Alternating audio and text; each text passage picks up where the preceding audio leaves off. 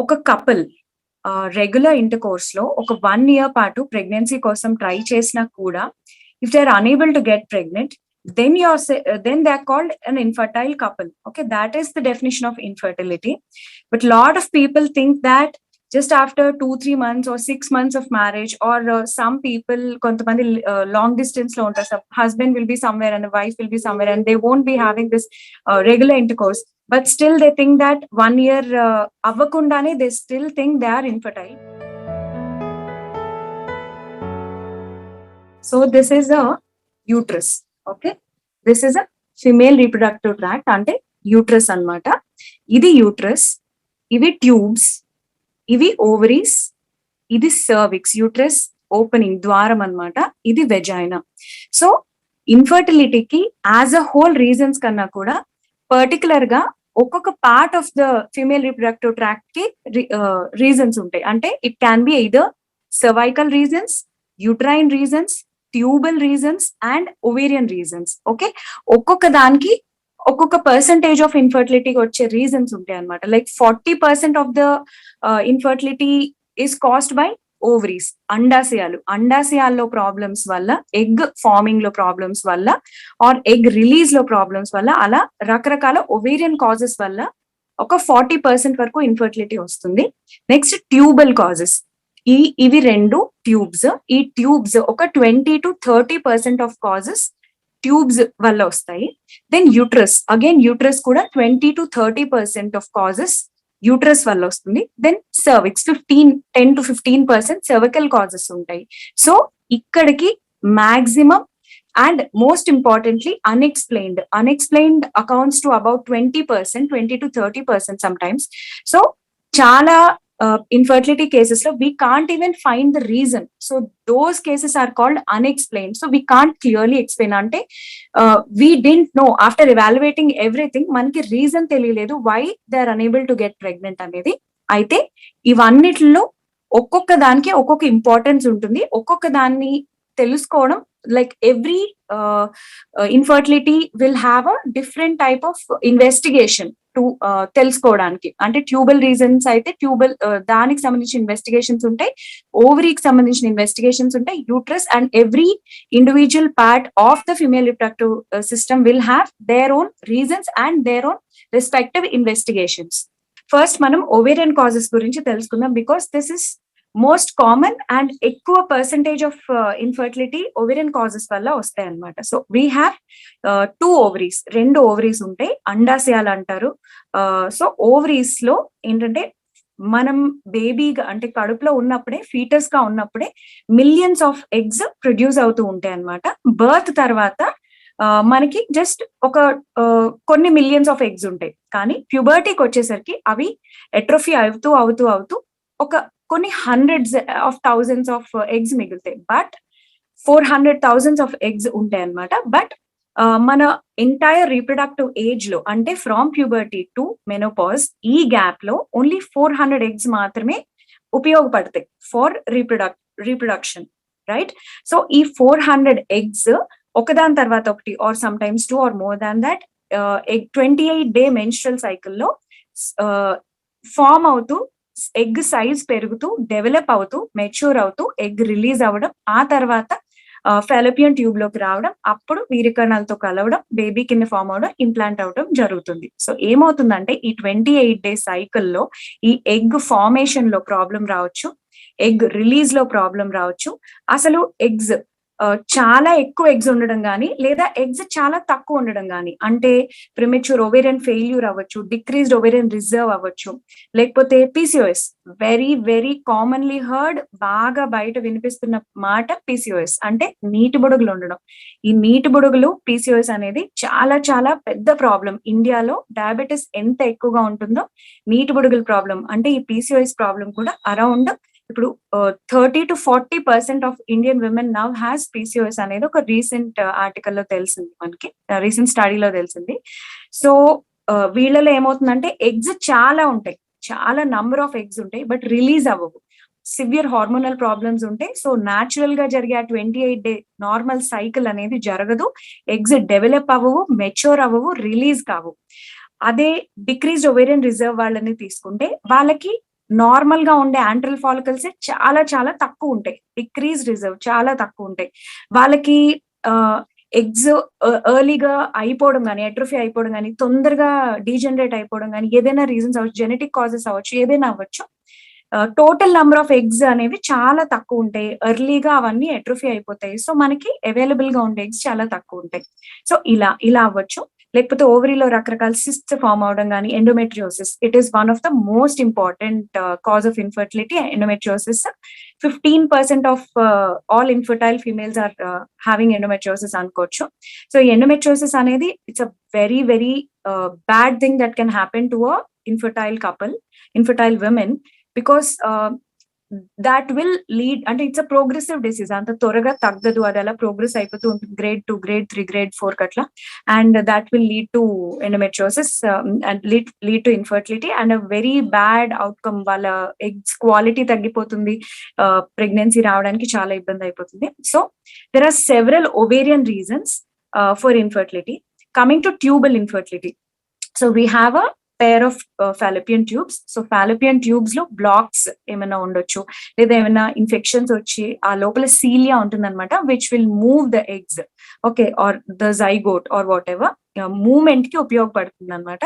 So ఆ cilia damage అవ్వచ్చు, tubal infections, tuberculosis or any PID, severe PID రావడం వల్ల ట్యూబ్స్ పాడవడం, ట్యూబ్ ఓవేరియన్ మాసెస్ లాగా ఫామ్ అవడం, ట్యూబ్స్ లో అంత హైడ్రోసాల్పింగ్స్, పయోసాల్పింగ్స్, ఇట్లా ఫ్లూయిడ్ ఫిల్ ట్యూబ్స్ తయారైపోతాయి, బ్లాక్ అయిపోతాయి. ఇట్లా రకరకాల రీజన్స్ ఉంటాయి. Tubal blocks is one of the main reason. దాని తర్వాత వచ్చేసి యూట్రైన్ కాజెస్ కంపారిటివ్లీ ఈ రెండిటికన్నా కొంచెం తక్కువే, but still we see it very common. అంటే యూట్రైన్ కాజెస్ వల్ల ఇన్ఫర్టిలిటీ కన్నా కూడా ఎర్లీ ప్రెగ్నెన్సీ లాసెస్ ఎక్కువ ఉంటాయి అనమాట.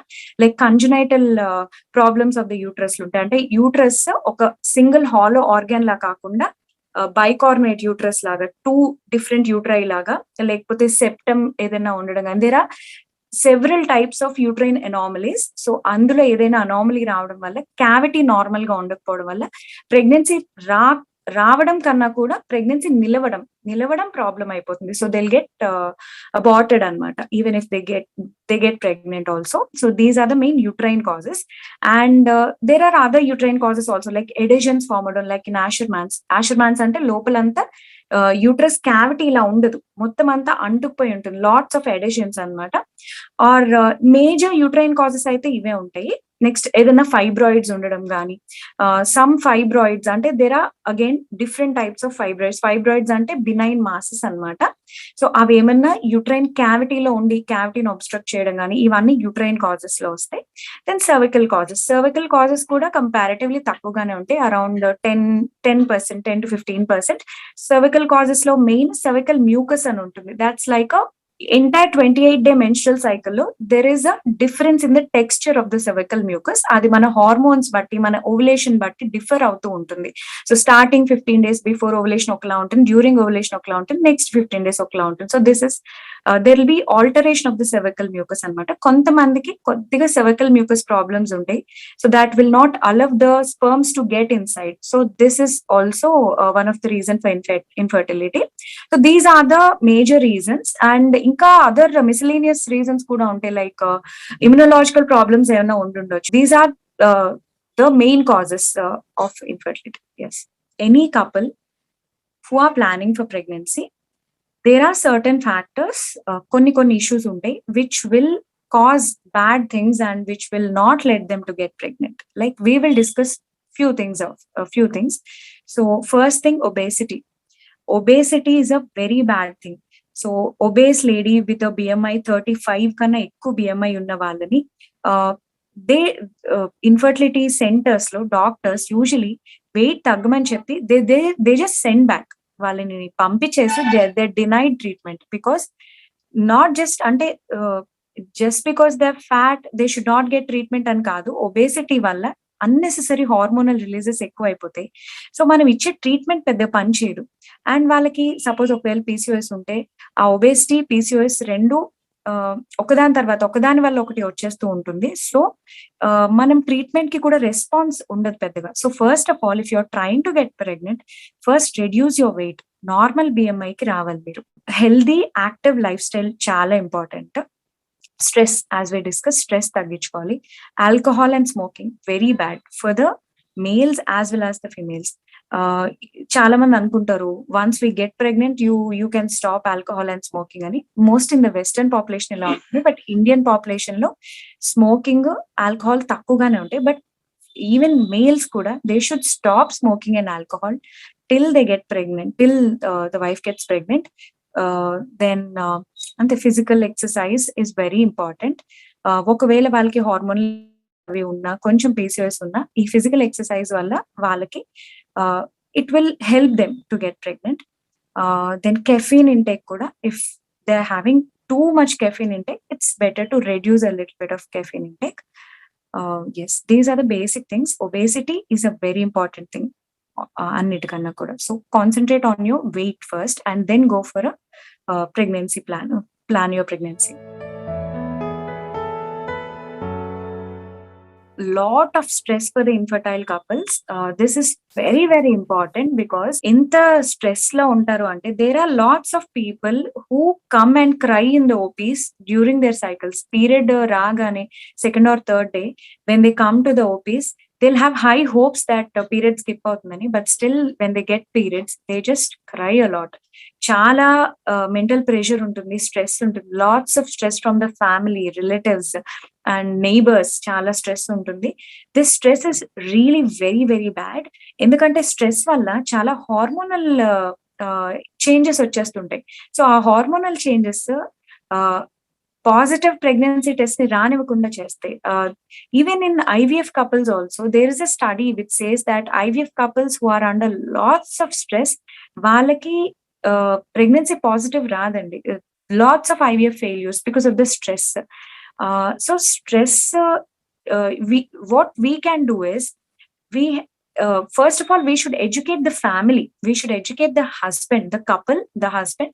We have to educate the family, and we should stop putting pressure on the couple because we are in the 2020s లో ఉన్నాము. So there are lots of advancements in the artificial reproductive techniques. There are lots of things coming, newer things coming. So if they're not getting pregnant naturally, yes, they can definitely consult a gynecologist or infertility specialist. They can go for basic ovulation induction, they can go for IUIs, they can go for, if not conceive avvakapothe, they can still go for IVF. Ante gani this lot of mental pressure will cause lot of unnecessary hormones produce అవడానికి cause అవుతుంది. Pregnancy positive వచ్చేది కూడా పోతుందండి. So first patient mental stress తగ్గాలి, family నుంచి pressure తగ్గాలి, society నుంచి తగ్గాలి. There is a lot of stigma ఈ ఇన్ఫర్టిలిటీ కపుల్స్ పైన. There is a lot of pressure.